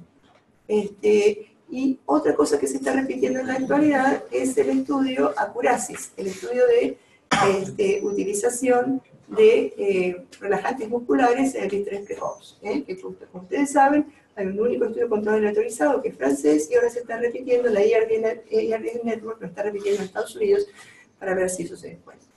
Bueno, yo dejé a propósito esto para tiempo para preguntas, porque, bueno, por una cuestión de tiempo no íbamos a poder dar todo. Así que, ¿qué querría que...? Sí. Quería preguntar, doctora, acerca de la hipercamia permisiva que se habla en el distrés. En los pacientes obesos y en los pacientes con EPOC, ¿cuál es lo permitido que podríamos ver o cómo medimos eso? ¿Cómo se hace? A la hipercamia permitida, Sí. no, porque lo escuché bien. No hay una regla para la hipercamia permisiva. Lo que sí sabemos es que la hipercamia es bien tolerada cuando se instaura lentamente y se dejan los mecanismos de compensación ácido-base actuar. Entonces es bien tolerada. Nosotros todos hemos tenido la experiencia seguramente de pacientes asmáticos severos o de EPOC severos hipercámicos varios días, y es tolerado. Lo que se hace siempre como límite de seguridad es el pH, es decir, no bajar el pH de 7.10.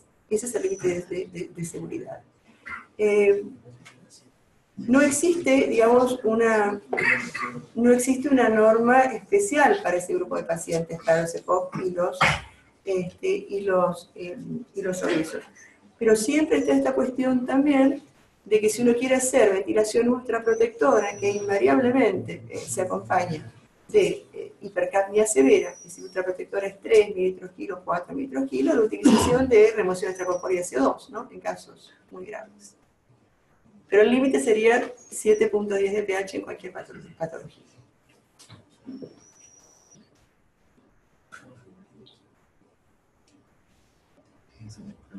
Hay dos preguntas que espero que no me las han hecho. Después también, doctora, lo que habló de los corticoides. Bien, esa es una, siempre surge. Corticoides, sí.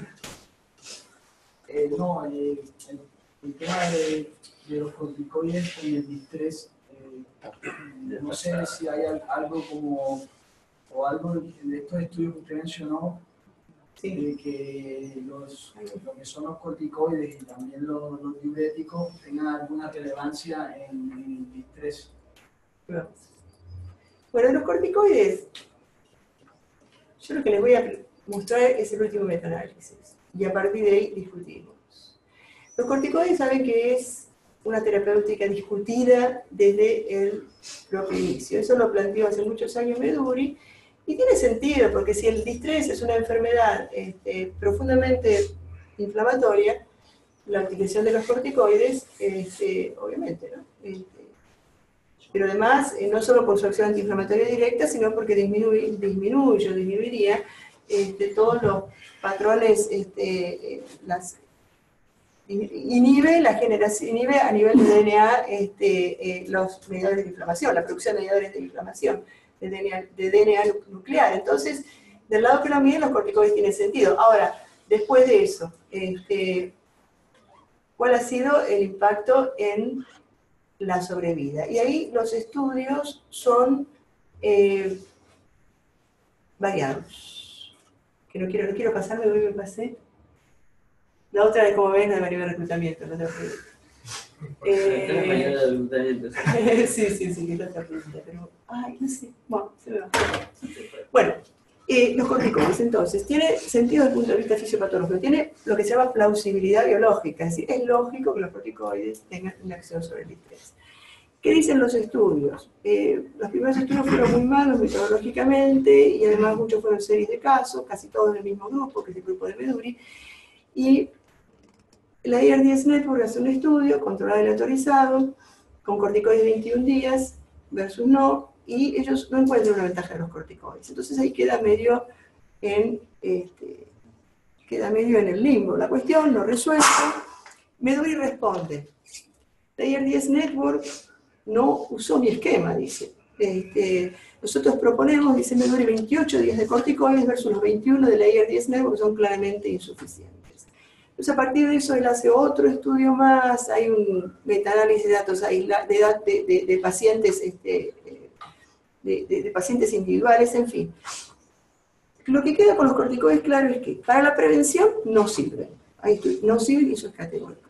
Para el tratamiento, el último metaanálisis encuentra una acción beneficiosa. Ese último metaanálisis suma estudios controlados aleatorizados y estudios de cortes. O sea que es un metaanálisis metodológicamente con ciertas cuestiones. Y también ese metaanálisis incluye un estudio de Meduri en el distrés temprano. Porque uno tiene siempre el concepto de corticoide del distrés tardío, el distrés que no resuelve. En realidad, unos estudios de Meduri es el distrés temprano. Entonces, pareciera, según este metaanálisis último, que los corticoides tienen un efecto beneficioso, y bueno, pero está en cada uno, porque utilizarlos o no de acuerdo a cómo lee la evidencia. Para mí no es tan fuerte, pero aún así, en situaciones de distrés que no se resuelve, nosotros los utilizamos. En esas situaciones, en distrés tardío que no se resuelve y no queda clara la causa de no resolución. Lo que sí es cierto es que no aumentan las infecciones, que no tienen otros efectos secundarios. Así que el que está convencido de usar los corticoides, lo puede usar, Digamos, hay literatura que lo avala.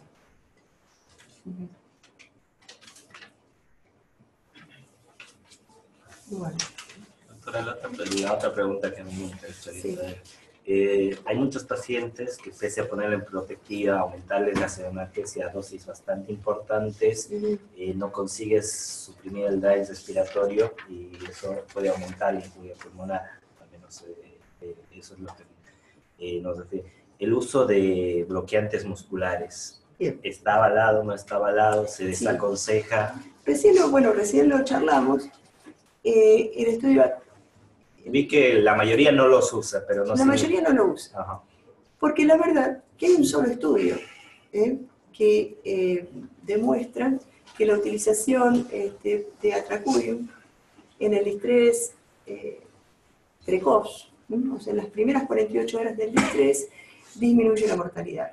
Es un estudio francés de un grupo que viene estudiando esto experimentalmente y ellos lo demuestran. ¿Cuál es la plausibilidad biológica de esto? Porque uno cuando lee por primera vez dice, ¿qué tiene que ver los bloqueantes neuromusculares con la bili, que es lo que está planteado de alguna forma? Bueno, lo que se plantea es eso, que al disminuir el drive ventilatorio se disminuyen fuerzas que tenderían a la bili, se aumenta la sincronía paciente respirador y todo eso sería beneficioso, generaría menor citoquinas y menor bili. Ese sería el mecanismo de los bloqueantes neuromusculares.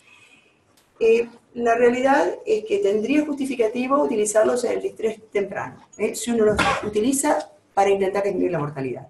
Ahora, a veces uno los utiliza porque no le queda más remedio, porque a veces tenemos un paciente en el día 7 profundamente, como decir, con un alto drive, profundamente tóxico, igual hay que utilizarlos. En esa situación uno no lo utiliza para disminuir la mortalidad, sino como, ¿no? Para mejorar la sincronía paciente respirador y para disminuir el drive. Entonces uno tiene que tener claro para qué los utiliza.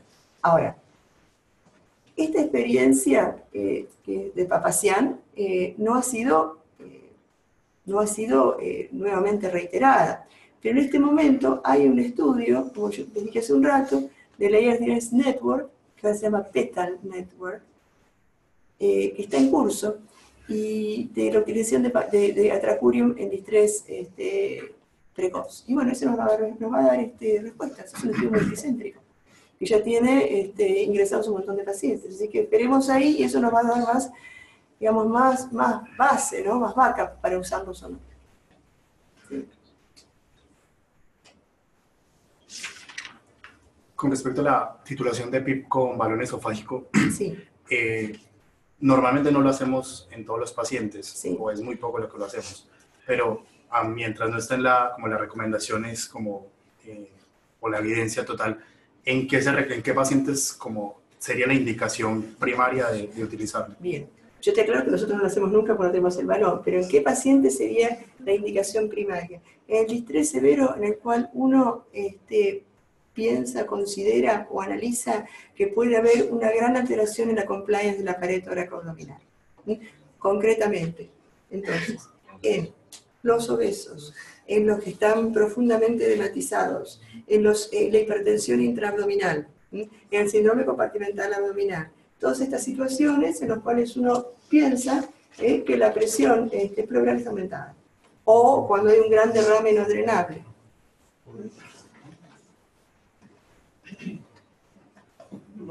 El timing del prono, digamos que el estudio dice a partir de las 12 horas, Sí. pero en la práctica muchas veces se prona antes del paciente. Una vez está ventilado a 6.000 kilos, relajado, sedado, no se alcanza el objetivo de, digamos, una infección refractaria, el prono, digamos. No, mientras antes sea mejor. No, mientras antes sea mejor. El estudio dice a partir de las 12 horas. Porque el estudio dice a partir de 12 horas por lo siguiente. Por una cuestión que pasa con los estudios previos. A veces uno ingresa un paciente a un estudio ni bien entra, a lo mejor ese paciente que tiene, como yo no mostré en el trabajo al principio, tiene 100 de PAFI cuando entra, a lo mejor tiene 100 de PAFI porque no le titularon bien la PIP, porque no está bien resucitado, etc. Ese paciente podría ir a prono directamente, sí, podría ir. A lo mejor ese paciente en realidad se beneficiaría con PIP elevada y capaz que no necesita ir a prono, capaz que rápidamente se va a 230 de PAFI. Ese es el sentido de las 12 horas. Y porque lo que ellos hicieron, a diferencia de los demás, esa cuestión, esto es un distrés con PAFI menor de 150 persistente. que aún después de la resucitación y todo sigue siendo así. Porque a lo mejor el otro, viste, el ejemplo que yo te doy que rápidamente sale a los 30, se transforma en un distrés moderado y no requiere programa. Ese es el sentido de esperar. Ahora, si uno está muy seguro de que no va a mejorar, porque está bien, entra 4 cuadrantes, bueno, ¿no? Este no mejora con nada y tiene sentido y todos hemos pronado antes de las 12 horas. ¿Sí? Pero ese es el sentido de las 12 horas. Sí. Y sobre el balance negativo en pacientes con distrés, Sí. ¿qué es lo que se recomienda?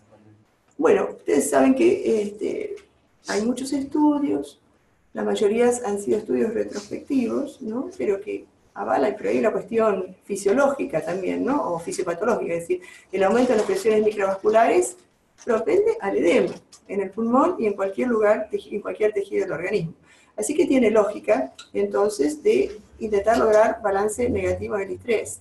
Ahora, el mayor estudio es el estudio FACT, por ahí ustedes lo conocen, el FACT Trial, ¿no? Donde el beneficio del balance negativo no fue tan categórico, pero sí hay mucha evidencia que vincula al balance positivo con peor pronóstico. O sea que en realidad la evidencia lo que vincula es al balance positivo con peor pronóstico. Si esto es causalidad o asociación, no está totalmente definido, porque es lógico que el paciente que está más en shock, etcétera, va a requerir más líquido, y va a estar peor, va a estar en falla multiorgánica y por ahí no orina tanto. Pero aún en esas situaciones nosotros debemos tratar de lograr un balance neutro o negativo, siempre y cuando la estabilidad hemodinámica lo permite. Miren, ustedes conocen el estudio FACT, el FACT Trial, ese estudio de la IRDS Network, donde toma un grupo estudio más famoso de balance negativo, ¿no? Que hace dos cosas. En un gran grupo de pacientes compara hidratación versus, de catéter arterial pulmonar versus PVC, por un lado, y también ese mismo grupo de pacientes hace balance, dos formas de resultación, ¿no? Balance negativo o balance positivo. Ellos lo que encuentran, bueno, lo que encuentran lo que les decía, ¿no? Que una ventaja de los balances negativos. Pero lo que es muy interesante es la editorial de ese estudio, que es un estudio de New England. La editorial la escribió Rivers. Y Rivers dice lo siguiente: lo primero que uno debe hacer en un paciente cuando llega en terapia intensiva es resucitarlo adecuadamente. Si el paciente llega en shock, debe ser resucitado, ¿no?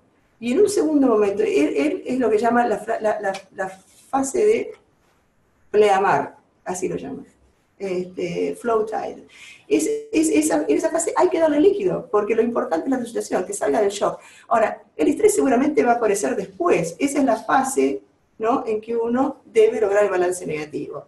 Pero lo que uno no debe hacer nunca es, en el paciente en shock, encima generarle balance negativo. O sea, digamos, tener presente este timing, ¿no? O qué es cada cosa, ¿no? O qué es cada cosa. Nunca debe dejar de resucitar a su paciente. Y después nos arreglamos con los diuréticos en todo caso, si el paciente tiene un profundo deterioro de la oxigenación, si es un distrés severo.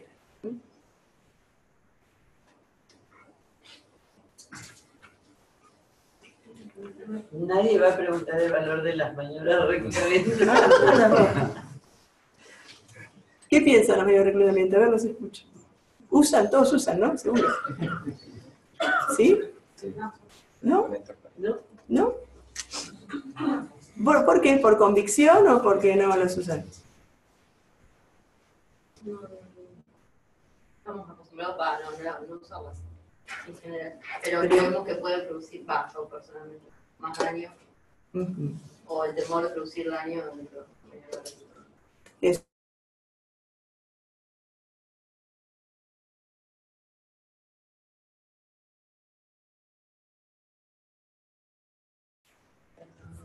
¿La mayoría usa?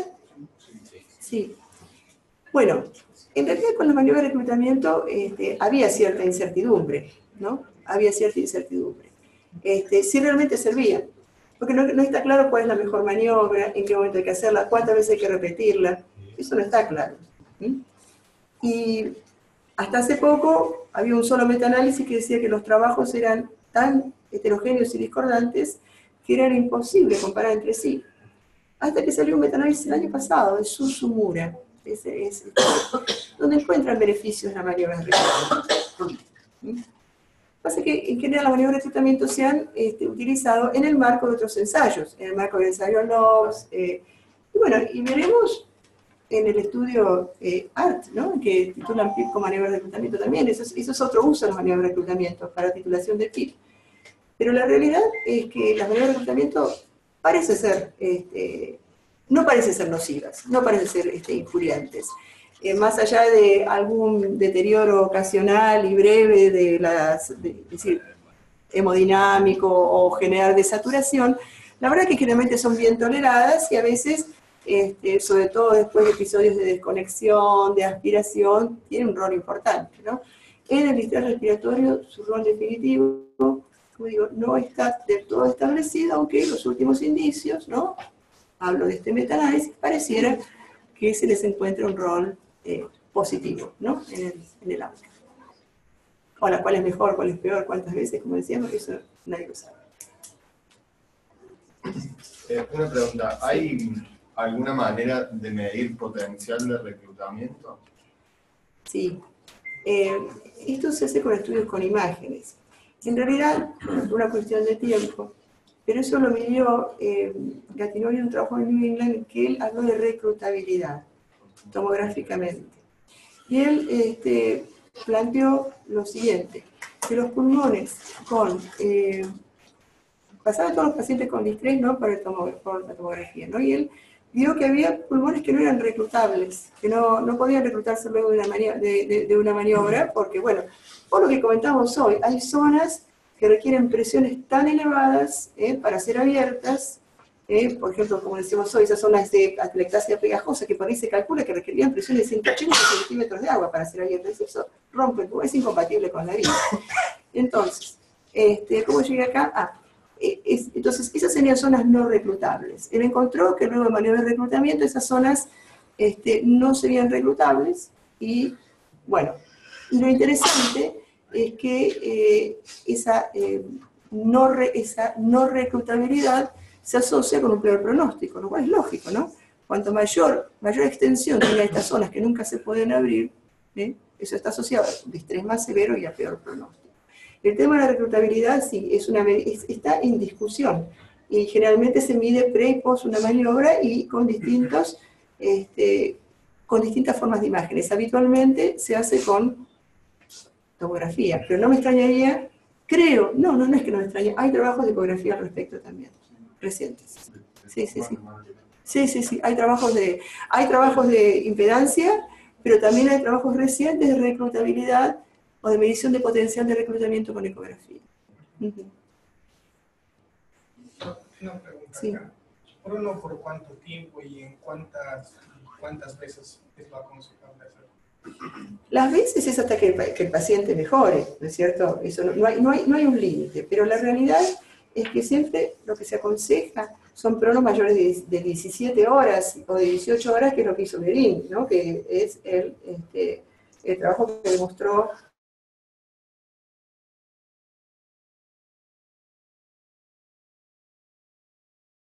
una disminución de la mortalidad enferma. El problema con la pronación prolongada, fundamentalmente es el edema facial, las úlceras de córnea, todo lo que implica, ¿no? El tener los tejidos blandos o laxos como los de la cara, ese es el mayor problema. Pero después el prono, de no ser por eso, se tolera perfectamente. Y por supuesto los accidentes, ¿no? Como extubación, decanulación, etcétera, ¿no? Pero en unidades donde están acostumbrados a hacer esto, raramente ocurre. Pero sí lo que ocurre es el edema facial es monstruoso. Y generalmente muchas veces es eso lo que nos hace volver a supinarnos. Pero el prono prolongado es seguro si uno tiene pendiente estas cuestiones, y el tiempo es hasta que la mejoría en la oxigenación sea consistente.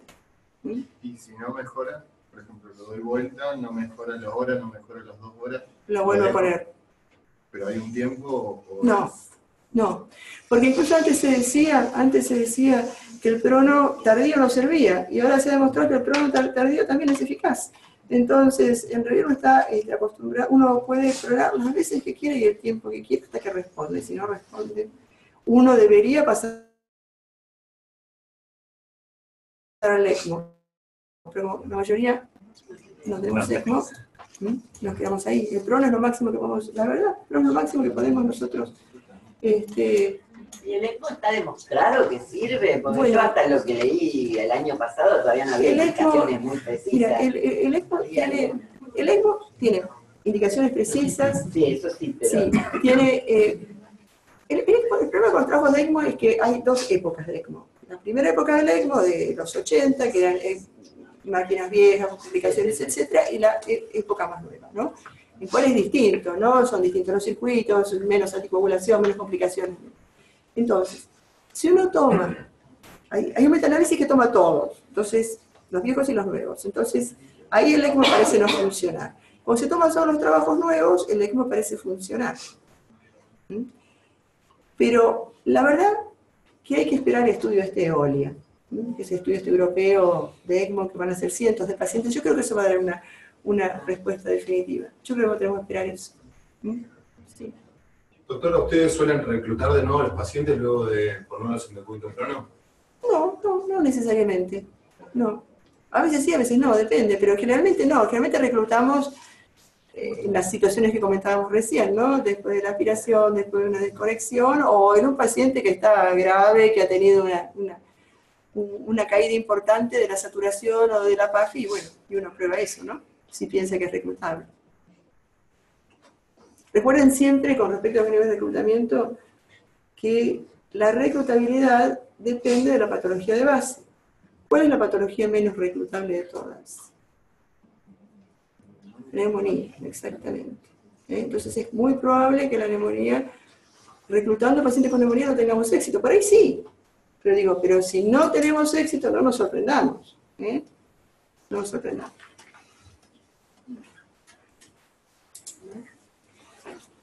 ¿Alguna otra pregunta? Bueno.